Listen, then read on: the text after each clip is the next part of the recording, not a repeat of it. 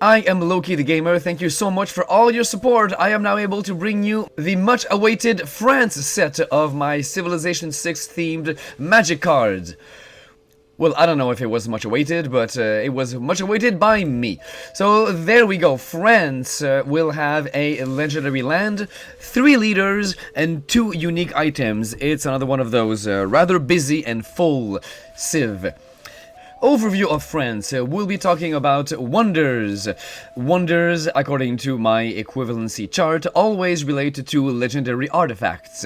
And yes, indeed, there aren't a whole bunch to pick from in Magic the Gathering currently. There's enough, but the actual wonders of Civ 6, well, they don't exist yet. In a future project, if I can count on your continued support, I will be making all of the world wonders into legendary artifacts in order to reflect what France actually has to choose from. France and other Civ that are very wonder-centric, like China, for instance. We'll be talking about spying. Of course, there's one leader in France that is all about spying, and according to the chart, spying equals peeking at cards you're not supposed to, and also clue tokens. Next, we'll be talking about luxury. Luxury equals treasures. We'll be talking about culture. Culture can translate to a number of things. But in this case, I chose to use damage prevention. And the logic is, so damage prevention is a pacifying ability. The logic is the opponent's creatures are enamored with your culture. They love you, so therefore you typically don't get attacked much when you play a cultural game in Civilization 6. And so in this case, France's cultural abilities will translate into damage prevention. So yes, so you can still get attacked, but it's as if you never got attacked because you will hopefully be able to prevent all that damage. Everyone loves you so much that when they attack you, you don't get a scratch. So there's the logic there. We'll be talking about great works, specifically great works of art. And great works, of course, are created by great people, great artists in this case. And according to the chart, great people equal legendary creatures. And yes, we'll do a little act of finagling to make sure that we're talking about legendary creatures of an artistic disposition and not warriors and soldiers and the like. And finally, there is a little aspect of France that talks about fighting on your home continent. The concept of continents can be very tricky, and I always treat it differently each time. That's why you see question marks here. But in this case, fighting on your home continent simply means blocking. When a creature is blocking, I interpret that as fighting on your home continent. That simple. France's color identity will be, well, quite predictably, red, white, and blue, of course. White because it's a very peaceful nation. Blue because it's also very duplicitous and tricky. And red because it is artistic and passionate. So it seems to fit all 3 of those colors. And there'll be a little cameo as well, you'll see. So first, let's take a look at the France ability in Civilization 6. It is called Grand Tour. It reads, extra production when building wonders. Of course, it specifies medieval, Renaissance, and industrial era wonders specifically, but I chose to ignore that. Simpler to simply talk about wonders in general. So in my case, legendary artifacts. And you get tourism boost. Now let's take a look at what I did with that card. It's a very simple ability, so it's going to be a very simple card. Simple as it may be, I still chose to split it into 2 sides of a modal card. So you've got France on one side, a legendary land, tap for 2 colorless. Use this mana only to cast legendary artifact spells. Or just tap for 1 colorless. So not very useful for all of your regular spells, but mighty powerful, a big ramp for legendary artifacts. And now, of course, you typically don't care too much that the mana is colorless when you are casting legendary artifacts, because most of those legendary artifacts will have, colorless mana in their cost. but the actual wonders of Civilization 6, when they do get turned into legendary artifacts, by me, of course, well, who knows? Who knows? I'm sure that I'll give plenty of color pips in the mana value of some of these wonders in order to make them fit the civ who owns them and the like, or just, but just using pure logic. So yeah, so 2 colorless is not necessarily a guarantee to be all that helpful. Maybe you do want some colored mana to cast your legendary artifacts. And that is why you've got the flip side. France Angevin Empire, instead of giving you ramp, it gives you mana fixing. Tap for 1 mana of any color. Use this mana only to cast legendary artifact spells or to activate abilities of legendary artifacts. So, yes, you get only 1 mana, but it's any color, and it's not only used for casting those wonders, but also activating their abilities. I'm sure that when I do make all the world wonders, I will give activated abilities to several of them, and who knows, those abilities might cost some colored mana. And on this side of the card, I also chose to represent the tourism boost of these wonders. Now, tourism is related to culture, so culture is all about pacifying abilities like typing creatures, or, as we've already discussed, damage prevention. But in this particular case, I chose to do a group hug kind of thing, and to involve card draw. Tourism and card draw, they're not related, but I chose to make an exception. Make this fun. Whenever a legendary artifact enters under your control, each player draws a card. So there we go, a nice group hug to represent the tourism. Everyone's happy, everyone learns a little bit of science, because card draw is associated with science. It doesn't go hand in hand with the concept of tourism from a Civ 6 point of view exactly, but it's still a lot of fun, so I chose to make a little fun exception. Now let's move on to our first leader of France, the original Catherine de Medici, Black Queen. She is all about spying. Her ability is called the Catherine's Flying Squadron.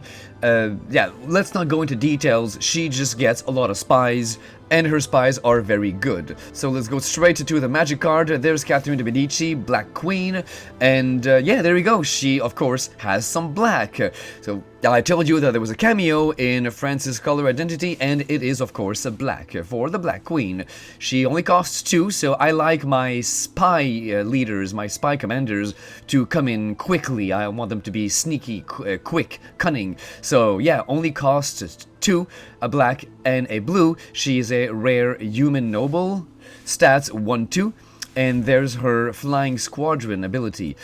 If you remember our overview earlier, you won't be surprised that her ability allows you to look at players' hands at any time, the top card of any library, and at face-down cards in any zone. So yeah, there are no secrets for Catherine de Medici. She will look at anything she wants to look at. She'll even look at the top card of your library. You don't even know what's on the top of your library, but she knows. That's how much she knows secrets that you don't even know. And I chose also to enhance her clue tokens. Now, she doesn't synergize with the rest of the France cards at all. It's up to you, if you make a deck out of her, to find a way to produce clue tokens the traditional way. So don't expect to see any cards in the France set that produce clue tokens or anything like that, or triggers when a clue token enters or is sacrificed. But still, I decided to enhance her clue tokens. Clue tokens you control have pay 2, sacrifice this artifact, draw 2 cards instead of only 1. So basically, the clues are just as expensive as ever to use, but they draw you 2 cards instead of 1, so double the benefits of clues. So I think she would make a fantastic commander. So her clue ability is, I think, very powerful, and also looking at the top card of your deck or anyone's deck, I think is also extremely versatile. I'm sure that in the comments you will bring up a whole bunch of different ideas on how best to use that if this card existed, how you guys would abuse it, how you would make it a really cool commander. Let's move on to the other Catherine de Medici. Now this one excites me so much. And I don't know, I won't say right away why it's so exciting, and maybe you'll guess. So she is Catherine de Medici Magnificence. Let's take a look at her abilities in Civ 6. It's called Catherine's Magnificence. So she loves luxury resources and she gets extra culture out of them. So it's that simple. Let's see how I turned her into a card. Since she loves luxury resources, as we've said in the overview, luxury equals treasures. So I made her all about treasures. And since she gets culture, I gave her an ability that deals with damage prevention, that pacifying concept that we talked about at the beginning. So there she is, Catherine de Medici Magnificence. She is I forgot about that. She has some black too. So yes, I take it back. France's color identity definitely includes black, not just a cameo, but yeah, it's red, white, and blue, and black. There you go. So there's black, white, and red plus one generic. She is a mythic rare human noble. When Catherine enters, create a treasure token. There we go. That is to represent how much she loves luxury resources. Then, for 2 mana, 1 red, and a hybrid of white or black, put a +1/+1 counter on Catherine. Now, she doesn't have any military abilities, so why did I boost her stats like that? Well, you'll see, this is not only for the sake of making her stronger, it's for the sake of fueling a really cool synergy. So, her next ability, remove 3 or more +1/+1 counters from Catherine and create that many treasure tokens. So she creates more treasure tokens. So yes, she grows mighty strong. So she starts as a 3/3, but you can grow her big and fat. But more importantly, you can take those counters off to create more treasures and fuel some ramping. And because I needed to give her a cultural ability, the next line says, treasures you control have tap, prevent the next 1 damage that would be dealt to any target this turn. So there's your cultural power. So she loves treasures, and she gets a culture ability, and just for fun, I made her stats increase. Now, why do you think that I'm so excited about her? Do you see it? Do you see the potential of this card? She has a rather easy to exploit infinite combo. Now, I'm not a huge fan of infinite combos. A certain Thornbite staff practically cost me a relationship at one point. But I do like knowing that they exist out there, and I'm quite proud of having found one in a card that I designed myself. I didn't design her for the express purpose of having an infinite combo, but it just dawned on me. If you have a certain gold span dragon in play, then your treasures can produce 2 mana each.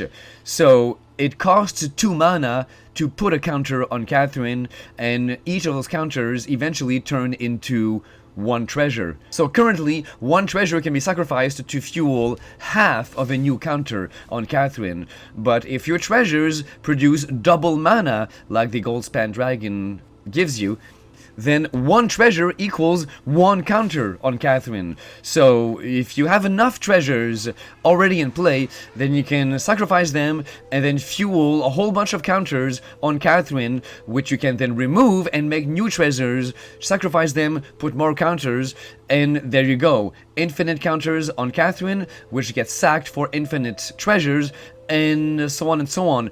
The reason I don't mind this infinite combo is that it takes something special to exploit it.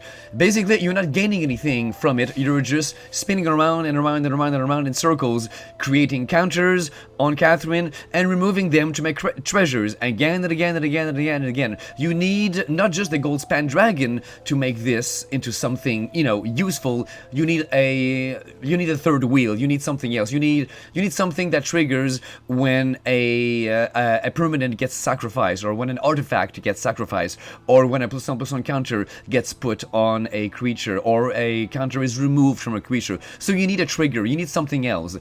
There are many things that you could use, but basically you need that other thing. So it's not just having Catherine and the gold span dragon. You need a 3rd wheel. So that's why that infinite combo works, but it doesn't scare me that much because it's not that easy to bring online. And there you go, there's my Catherine de Medici Magnificence. Now let's move on to the French card that is actually red, white, and blue. Eleanor of Aquitaine. If you've seen the England video, you will have noticed that Eleanor was not in the England video because there was no room. There was truly no room. England was already had too many things. But since Eleanor's ability doesn't change whether you play her as the leader of France or England, she only gets one card. Eleanor is just Eleanor no matter which country she leads, so she only gets one card, and that card has to fit in the French set. So, well, the only thing that changes is, of course, her hairstyle, and therefore I made it a transforming card. One with her hair down, one with her hair up. And no, I made no nod to the effect that her hair up hairdo is actually English. That's just between you and me. So let's take a look at her ability, the Court of Love, very famous ability. Basically, she likes to collect works of art. You stick them in cities, usually on the border of your empire, and then those works of art exert loyalty attacks on your opponents, and eventually those cities flip, so you get to steal other cities because of your works of art. So, I could have taken this a number of different ways. I could have truly made her steal things, gain control of things, but I've got to be careful about that. It's very easy to make a gain control ability too powerful, not fun, and I really wanted an Eleanor player to really get a sense that they are taking things from your opponent in just not too frustrating a way. So instead, I devised this very crafty little design, and I'm extremely proud of this Eleanor card. So there she is, red, white, and blue, +2 generic, a mythic rare human noble, her stats 1/5, and she's got haste, so you can use her tap ability right away. So first, since she steals cities, I had to define what is a city. I decided that she was going to exile the top X cards of target opponent's library face up, where X is the number of creatures that player controls.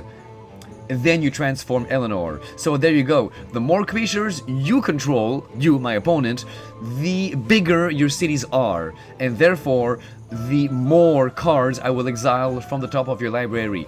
So the city that I will steal with my Eleanor is the stack of cards that I've exiled from your library. That's why it's not such a frustrating ability, because you don't actually steal permanents that your opponents have in play. You steal cards from the top of their library, which, well, of course is nasty, but not quite so nasty as to stealing outright permanents that they brought in play by themselves with all of their dearly collected mana and effort. So, yeah, so you exile a stack of cards, and that represents the city that you will eventually steal.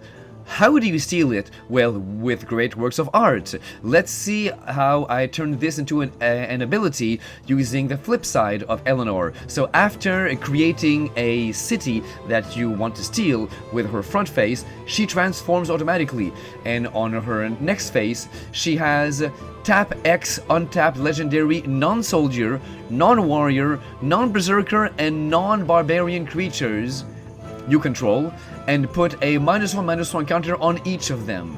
Choose up to X permanent cards exiled with Eleanor and put them on the battlefield under your control.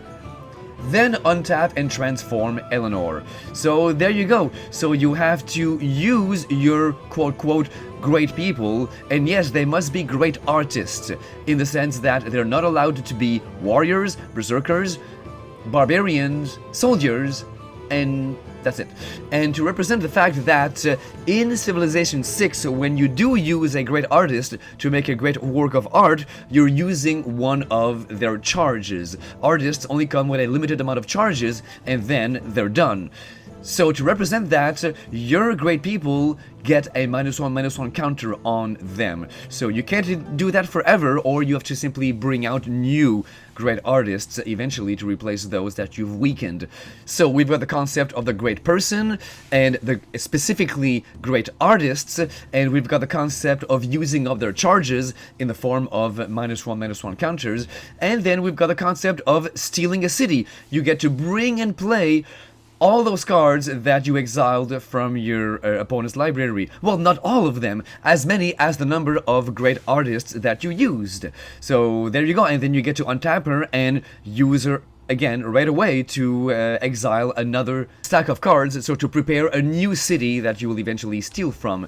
Now, you can't do that every turn, because yes, when Eleanor is done stealing, she untaps and transforms back, so you can already prepare a new city right away, sure. But when she transforms into her Court of Love side, she is already tapped, so you'll need to wait next turn to untap her and then use her ability. Not to mention that all of your great people, all of your great non-soldier, non-warriors, etc., creatures, well, they have to untap as well. So in order to turn this into an infinite combo, you would need a lot of work. You would need amazing untapping abilities. I don't know what you would do to untap Eleanor at the drop of a hat, and also untap all of your great artists instantly.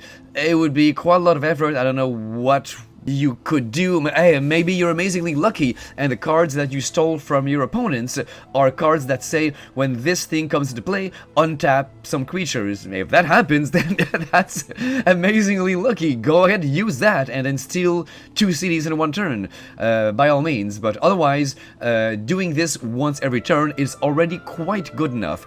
Not to mention that eventually your great people will run out of steam. They will be potentially dead unless you find a way of removing those counters from them.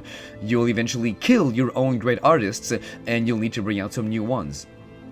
So there we go, there's my Eleanor of Aquitaine. I think it's one of the most exciting cards I've designed, and I can't wait to see what you guys and gals would do to build a deck around her. Now for the unique unit of France, it's the Garde Impériale. They get a bonus when they fight on their home continent, and as I've said before, the concept of continents has given me huge headaches with other civs, but in this case, very simple. Home continent equals fighting on your side of the battlefield, therefore blocking. So, the Garde Impériale card is a white-blue +3 generic, uncommon human soldier, 4/4, and when this creature blocks, it gets +2/+2 until end of turn. That simple. There's the home continent concept. But also, the Garde Impériale earns you great general points. And to turn that into a magic power, well, of course, great people are legendary creatures, we know that. And since we're talking about a great general specifically, it'll be like the opposite of Eleanor's ability. You will be able to get a great soldier or great warrior from it. Let's read on. Whenever a creature dealt damage by Garde Impériale this turn dies, you may sacrifice Garde Impériale.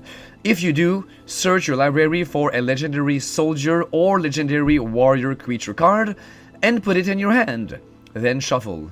So yeah, you lose your nice 4/4 creature, but you do get a free tutor of a legendary soldier or warrior. Doesn't go onto the battlefield, just goes in your hand.